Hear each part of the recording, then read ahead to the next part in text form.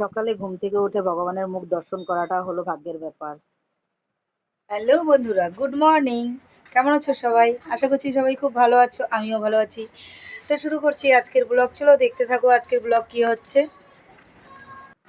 তো বন্ধুরা, সবার প্রথমে দেখো আমার মা আর মেয়ে কি সুন্দর ঘুমাচ্ছে, কত আরামসে ঘুমাচ্ছে। হ্যাঁ, ওরা এখন কিন্তু বেলা মনে করো 8টা বেজে গেছে, তবু ঘুমিয়ে আছে। আর আমি দেখো উঠে, মানে কি বলবো, আমার উঠে কাজকর্ম সারতে হয়। কি করব, মা তো বয়স হয়ে গেছে, আর মাকে তো বলতেও পারি না যে মা তুমি উঠে কাজ করো। আর সকালবেলা উঠে আমাকে রান্না করতে হয়, বাবার জন্য খাওয়া লাগে, বাবা 7টার মধ্যে বেরিয়ে যায়। তো তার জন্য আমার উঠে যেতে হয়। তো দেখো আরামসে ঘুমাচ্ছে, এই, আর আমি মেয়েকে ডেকে উঠ যাচ্ছি। তাড়াতাড়ি উঠ। আর আমার মা কিন্তু উঠে গেছে, মা কিন্তু উঠে কিন্তু বাইরে চলে গেছে। আমার মেয়ে ঘুমাচ্ছে আরামসে, ওকে ডেকে যাচ্ছি, উঠ উঠ উঠ উঠ বলে যাচ্ছি, কিন্তু খালি বই নিয়ে উঠই বসতে বলে লাগবে, যাচ্ছে, চলো উঠ জানো। উঠ উঠ। কিন্তু উঠার কিন্তু কোনো নামই নেই। আর বলতে বলতে তো উঠে গেল। উঠে সিধা উঠে ওর মানে চাকরি চালু হয়ে গেল, বুঝলে। ওর চাকরি হচ্ছে ঘরের বিছানা গোছানো আর ঘর ঝাড়ু দেওয়া। এটাই হলো সব থেকে বড় ওর সকালের চাকরি। তো ও সকালবেলা উঠে দেখো পুরো বিছানা টিছানা গুছিয়ে নিচ্ছে সুন্দর করে। আর ও গুছিয়ে নিবে, নিয়ে আর ও যেন ও কারো ফট করে বিছানা গোছানোটাও ওর ফট করে পছন্দ হয় না। আর ঘর টরও ঝাড় দেওয়াটাও ওর পছন্দ হয় না। ওই মানে সব কিছু, ঘর ঝাড়ু দেওয়াটা আর বিছানা গোছানোটা, এটা হচ্ছে ওরই কাজ। ও খুব পছন্দ করে এগুলো। দেখো কত সুন্দর করে গুছিয়ে নিয়েছে।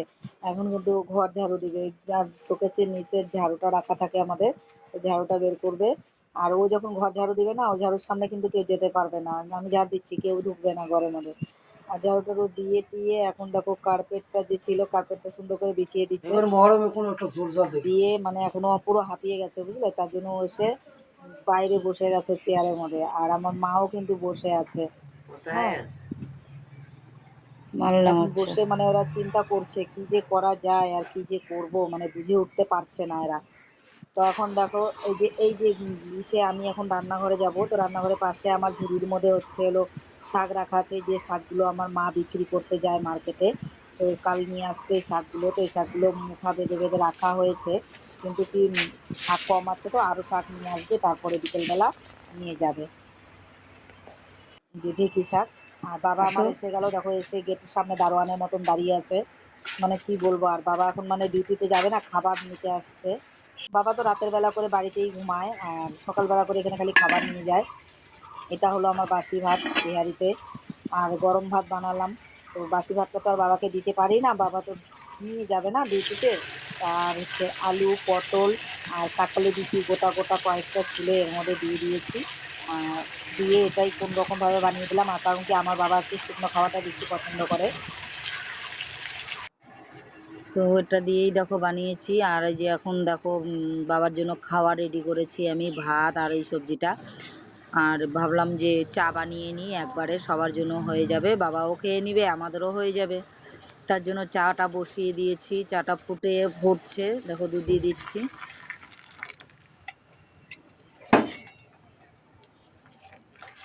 ওই যে ওখানে মলম আছে, যেন মলমটা দুধটা না ব্যবহার করো। ভালো মতন গুলানো হয়নি, তার জন্য দুধটা মলম দলা দলা হয়ে গেছে।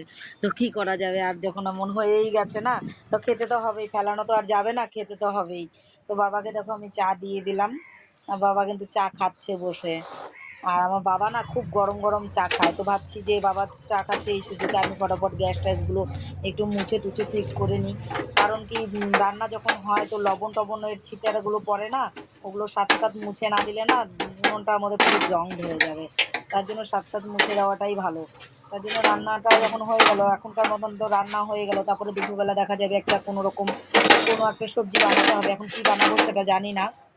সকালে তো কোনো রকম ভাবে বাবাকে করে দিলাম। আর অত সকালে কি বানাবো বলো। তো অত সকালে তো আর বানানোর মতন কোনো থাকে না।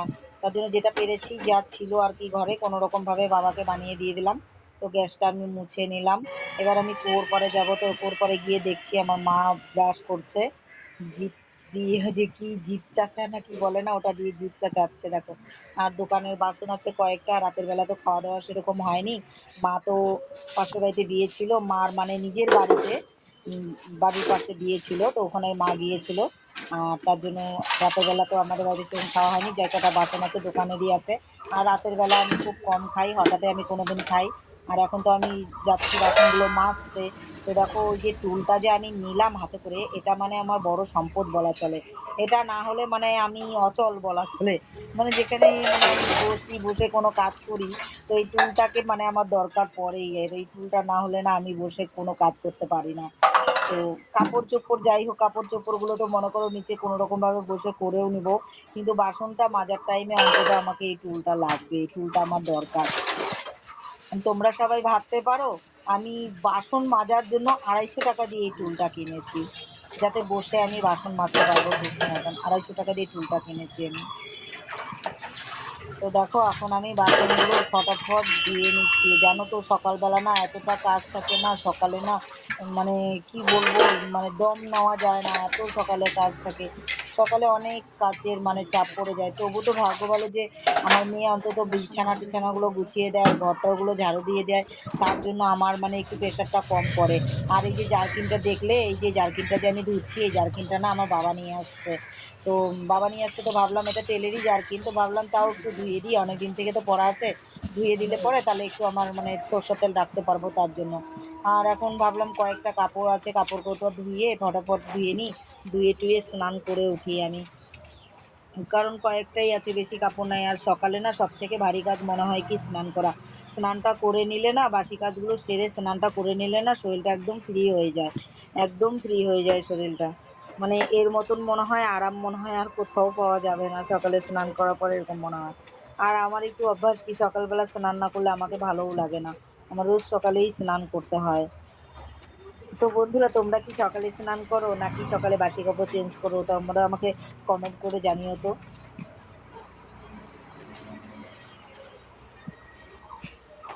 আমার তো সকালে স্নান করতে খুব ভালো লাগে, সকালের ওয়েদারটাই অন্যরকম থাকে।